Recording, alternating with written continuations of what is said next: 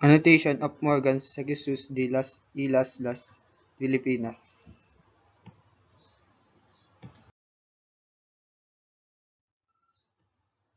Antonio de Morga.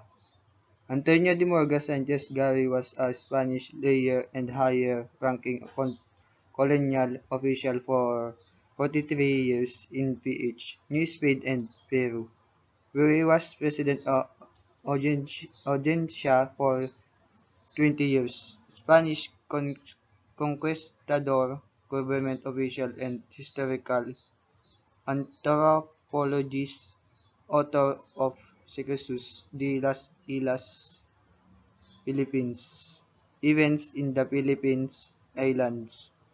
He worked the first law formal history of the Philippines conquest by Spain, a doctorate in canon law and civil law.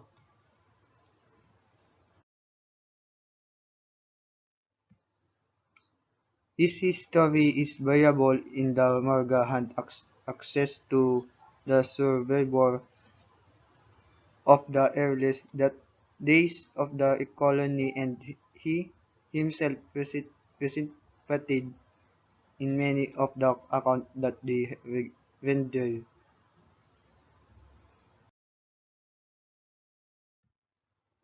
What is a Sucesos de las Islas Filipinas?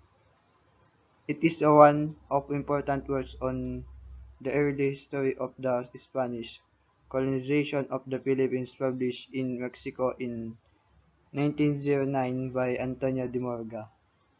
Antonio by Jose Rizal with the philology by Dr. Fernando Blumentritt.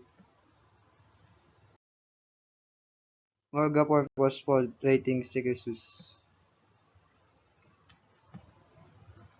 Morga wrote that the purpose for writing Sucesos was so he could chronicle the needs achieved by the Spaniard in the discovery, conquest, and conversion of the Philippines Islands, as well as virus 14 that they have for time to time in the great kingdoms and among the pagan people surrounding in the islands.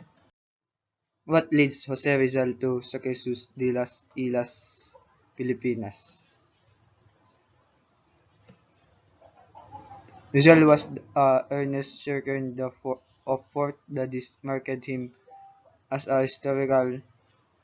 He had a burning desire to know exactly the condition of the Philippines when the Spaniards came ashore to the islands.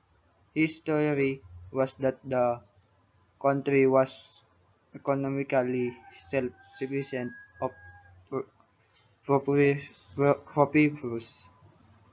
Entertained the idea that it had a lively and vigorous community. He believed the conquest of the Spaniards contributed in part of the decline of the Philippines' rich tradition and culture. And thank you.